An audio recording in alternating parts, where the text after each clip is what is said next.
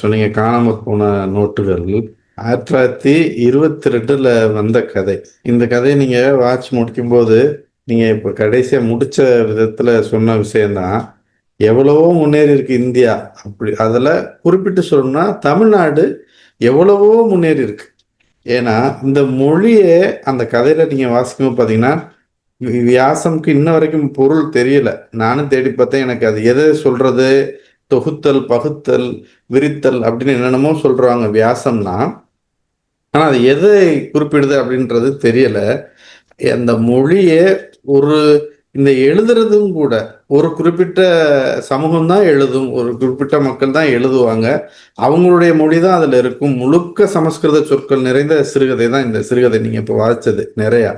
அது ஆமா. மாறி தமிழர்கள் தங்களுடைய படைப்பு திறனை, படைப்பாற்றலை வெளிப்படுத்துற காலத்தை நம்ம வந்திருக்கிற வேகத்துக்கு இந்தியாவின் பிற மாநிலங்கள் இன்னும் வரல.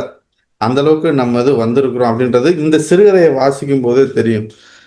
அவ்வளவு விஷயங்கள் இருக்கு. அதை நான் ஆமா. உங்களிடம் சொல்லியிருந்தேன்.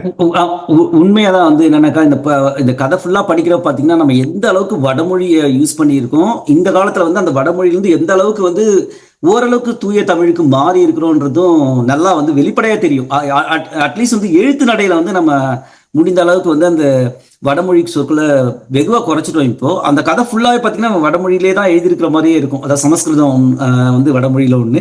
சோ அதனால வந்து அதுலயே எழுதுன மாதிரி தான் மாத்தி தோணும். போட்டிருக்கிறாங்க. ஆக ஆஹ் பெரிய முன்னேற்றம் நம்ம தமிழ் இதுல முன்னேற்றம் இல்ல.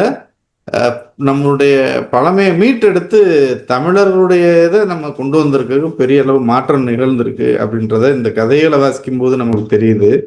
அடுத்தது நான் சொல்லுவேன் எப்பயும், என்னைக்காவது தேடி கிடைக்காதது இன்னொரு நாள் ஏதோ ஒன்று தேடும்போது அது கிடைக்கும் அப்படின்னு. அந்த மாதிரி தான் இதுல அந்த பணக்கட்டு கிடைச்சு ரொம்ப அருமையான ஆமா. கதை. அப்ப முடிஞ்சு அதான் அந்த அந்த காலத்துல ஒரு 500 ரூபாய் எந்த அளவுக்குலாம் மக்களை கஷ்டப்படுத்தி இருக்கு. 2 வருஷத்துக்கு அப்புறம் கிடைச்சு அந்த ஒரு 500 ரூபாய்க்கு அதனுடைய வட்டி குட்டி போட்டு அந்த வீட்டெல்லாம் இழந்து இடம் சொத்தெல்லாம் விட்டு இழக்கிற கொடுக்குற நிலைமைக்கு மாதிரி. ஆயிருக்கு. ஆமா. ஆமா. பாருங்க, ஒரு சின்ன ஞாபகம் மறதி ஒரு ஃபேமிலியே எப்படி வந்து டிஸ்பிளேஸ் பண்ணுச்சுன்றதையும் காட்டுது.